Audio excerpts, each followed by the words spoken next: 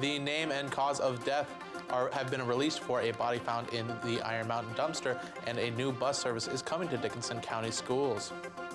Later, Mikkel Gill will be back with your up-to-date forecast, and Don Edwards has your sports. I'm Callie Hunter. And I'm Caleb Rydell. Welcome to Public Eye News.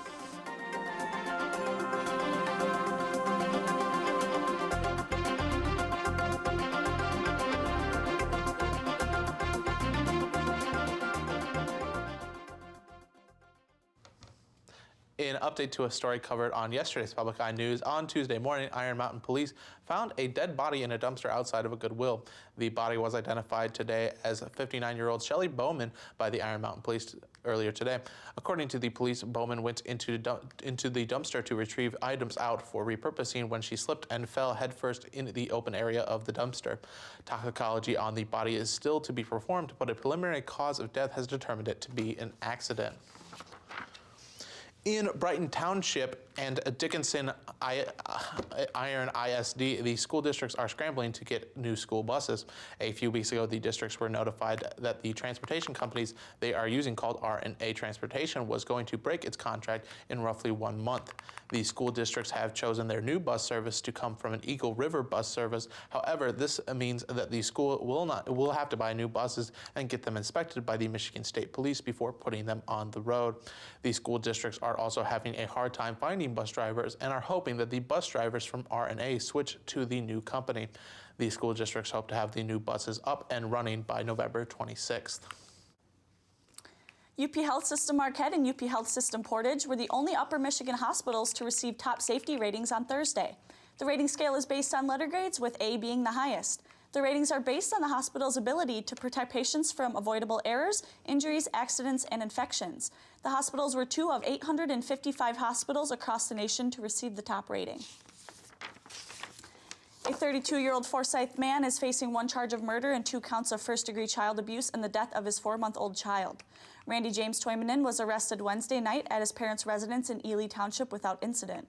The Department of Human Services, Child Protection Division, and the Marquette County Sheriff's Office started an investigation after emergency personnel responded to a call regarding an unresponsive infant on September 28th. Toimanen's arraignment is pending, and each charge he is facing is punishable by up to life in prison. A new metallic mineral lease request submitted by the UPX Minerals has led to an informational public meeting in Marquette next month. From 6 to 8 p.m. Tuesday, December 4th, Northern Michigan University's Northern Michigan University's Charcoal Room at the University Center, they will host a public meeting that will give a brief overview of the request.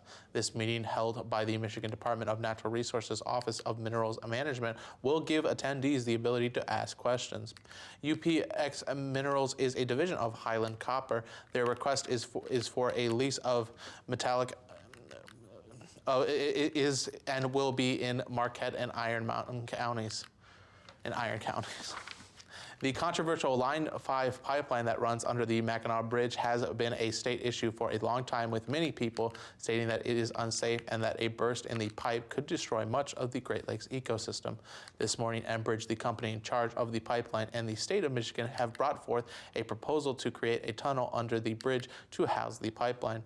Enbridge has said that they are willing to pay for the tunnel, and if it gets built, it will be operated by the Mackinac Bridge Authority. The meeting to discuss the bridge forward happened this morning at 9 a.m. and no further details are currently available. After this break, we'll have your national and international news. Stay tuned.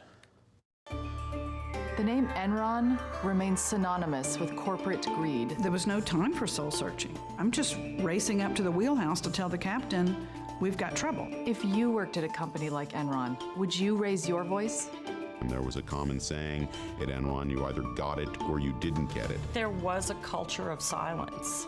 This was outright cooking the books. Sunday night at 11 on Public TV 13. Welcome back. A Marine combat veteran killed 12 people Wednesday night at a bar in Thousand Oaks, California, in what is now the deadliest mass shooting since the Parkland, Florida shooting. 28-year-old Ian David Long, a former machine gunner and decorated veteran, reportedly set off a smoke bomb in the bar and then opened fire on patrons with a handgun. Among those killed was Police Sergeant Ron Helis, who passed away Thursday morning as a result of multiple gunshot wounds. Long was found dead inside of the bar due to an apparent suicide. The investigation is still underway. President Trump waited just a few hours after the polls closed in the midterm elections before asking for Attorney General Jeff Sessions' resignation. The move has sparked concern among some that this is a preemptive attempt to end Special Counsel Robert Mueller's Russia investigation. Nicole Killian has more details from the White House. Jeff Sessions appeared to be fighting back tears as he left the Department of Justice for the last time Wednesday night.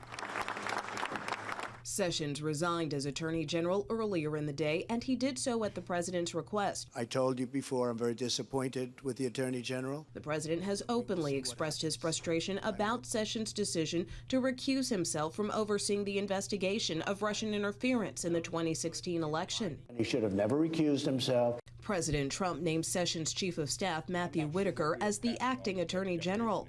Whitaker, who will now oversee the Mueller probe, has been critical of the investigation in the past. Has the president instructed him to limit the investigation in any way? The president hasn't instructed him to do anything other than be the acting Attorney General. President Trump says he will allow Mueller to finish the investigation, but adds he has the power to stop it if he wants. I could end it right now. I could say that investigation is over. That has some on Capitol Hill worried that the president may be preparing to do just that, and they're calling for legislative protection of the special counsel. We had legislation ready to go that protected Mueller, kept him in place, let him complete and finish.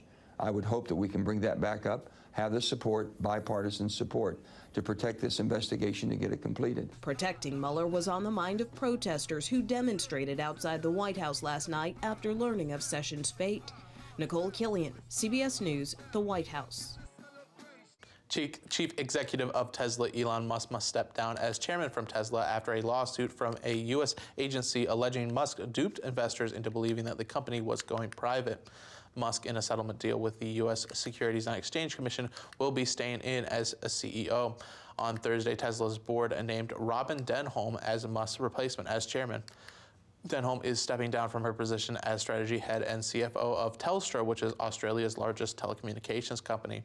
Denholm will work full-time at Tesla after 6 months' notice she has given to Telstra. Leaders around the world are reacting to the results of the midterm elections, some more strongly than others. Some European leaders took jabs at President Trump. CBS's Tina Kraus reports from London. President Trump claimed success on Twitter, writing that world leaders congratulated him on a big victory. He tweeted that foreign nations were waiting and hoping on trade deals. China, which is facing $250 billion on import tariffs from the Trump administration, says it's not commenting publicly on the election outcome. The Kremlin says the results of Tuesday's midterms won't hurt ties between Russia and the U.S. because they are bad as it is. Russia and America remain at odds over the civil war in Syria and U.S. allegations of election meddling. The European Union's deputy chief executive tweeted a clear swipe at President Trump. Franz Timmermans wrote he was inspired by voters in the U.S. who voted against what he called rudeness and racism under President Trump.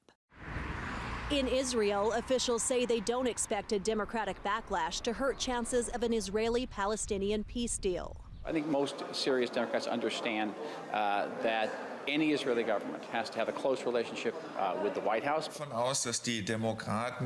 Germany's foreign minister says he hopes Democrats will use their newfound power to lead to constructive results in international politics. Tina Kraus, CBS News. And after the break, we'll be back with your weather and sports. Stay tuned.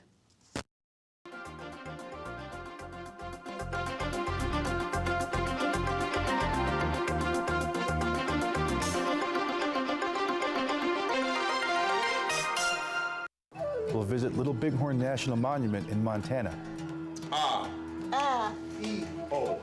We'll attend the Crow Summer Institute. And we'll interview Crow Nation Chairman Darren Old Coyote. Our elders, our chiefs, our warriors have fought for this land, this language, this way of life. We also learn about traits of leadership in Indian country and hear from our elders on this Native Report. Saturday afternoon at 5 on Public TV 13. Hello and welcome back. As you can see behind me, it's unseasonably warm, fairly nice temperature for the UP this time of year. On the word to our weather.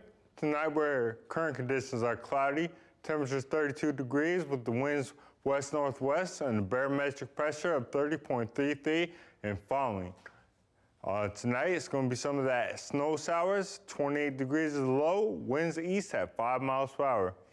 Tomorrow we're going to have some snow. The high of 32. The winds west at 11 miles per hour. Taking a look across the UP, we have 35 touch of snow over in the Sioux. 35 degrees in Manistee. 34 and cloudy. 34 degrees in Escanaba. 33 in Menominee. Taking a look at the other half of the UP, we have 30 degrees in Iron Mountain, 26 degrees in Ironwood. Up in the Keweenaw, Houghton is 30 degrees and cloudy. Back here in Marquette is 32 degrees and cloudy. Taking a look at the upcoming weekend, we have a high of 28 and a low of 20. Some AM snow for Saturday, high of 33, low of 24, cloudy on Sunday. Monday is 33, with a low of 22, and it looks mostly cloudy. Looks like we're having some unseasonably cold temperatures, but at least it's not too much snow. That's very true. NMU goaltender Ate Tolvanen was named WCHA Goaltender of the Week on Monday. These honors come in the wake of a split series with number 9 Bowling Green over the past weekend. The Wildcats fell 3-1 in their first match, where Tolvanen recorded 24 saves against the NCAA's high-scoring offense. Tolvanen then saved 35 in the second game, making his 10th career shutout. And in NFL news, the New Orleans Saints have signed veteran wide receiver Dez Bryant. His long wait in free agency came to an end yesterday when he signed a one-year deal. The 30-year-old former Pro Bowler last played for the Dallas Cowboys, where he was a franchise player for years.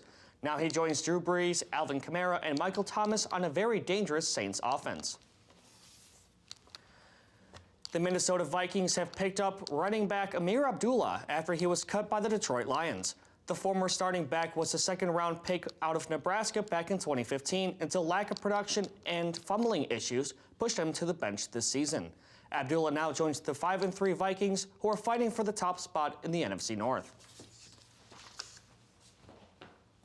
And I hear you have some fun stories for us. I just wait till you hear this next one.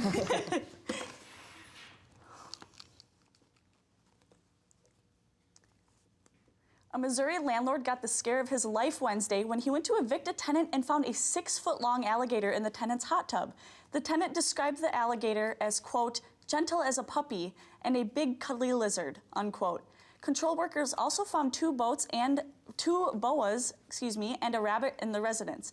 All animals were taken to the Monkey Island Rescue and Sanctuary in a nearby town, and no one was injured. And a close bond between a donkey and an emu that were recently rescued might pose a problem when it comes to adoption, says a North Carolina animal shelter. The animals were rescued last week from South Carolina when their owners suddenly vanished. The shelter has tried separating the two animals, but that seems to cause problems, said rescue worker Jennifer Gordon. Gordon said that the animals will need to be adopted together, which will be no easy task. He said the alligator was cute as a puppy and Cute cuddly? and cuddly. Cute and cuddly. Has he never seen an alligator before? Maybe he They're raised this huge. one right. I mean, I suppose, but 6 foot, and it's just In a giant. hot tub. Oh my God, a hot tub. Just chilling. These crazy I don't animal blame him. At stories. least he has good taste. He was in a hot tub at least. That's true. And that's all the time we have for you today. Until next time, this is Public Eye News.